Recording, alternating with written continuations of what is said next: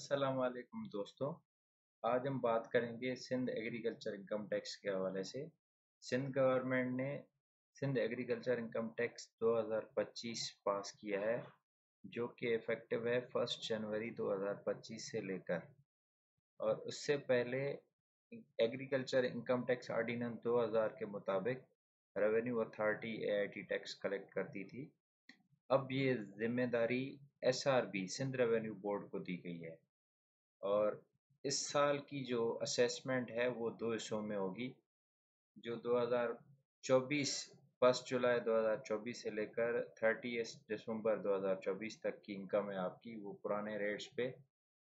और 1 जनवरी 2025 से लेकर 30 जून 2025 तक जो असेसमेंट होगी वो नए रेट्स पे होगी।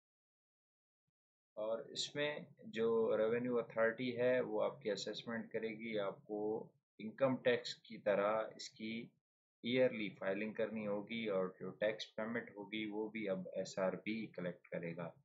और उसके अलावा अभी जो ये टैक्स रेट्स हैं, मैं आपको दिखाता हूँ। ये इजाफी बोझ है किसानों पे, जबकि 12 लाख तक पहले कोई टैक्स नहीं होती थी। अभी 6 लाख पे कोई टैक्स नहीं है, 0% है। और 6 लाख के बाद 12 लाख पे 15% टैक्स है, जो कि 90,000 बनती है। और इसी तरह 12 से लेकर 16 लाख तक जो है ना, फिर 20% इजाफी टैक्स चार्ज होगी। 16 से 32 तक फिर 30% होगी।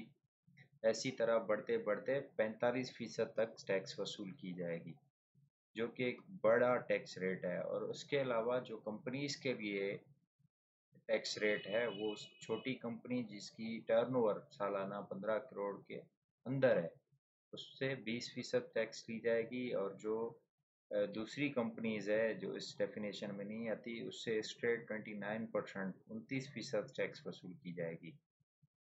और उसके अलावा जो हाई अर्नर हैं, जिनकी इनकम 15 करोड़ से ऊपर है, उससे जो है सुपर टैक्स इजाफी टैक्स वसूल किया जाएगा, जो कि 15 करोड़ से 20 करोड़ तक 1% मतलब 1% है। और 20 करोड़ से 25 करोड़ तक 2%। इसी तरह बढ़ते बढ़ते 10% तक सुपर टैक्स भी वसूल किया जाएगा।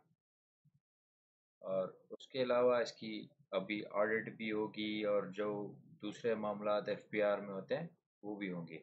Thanks for watching.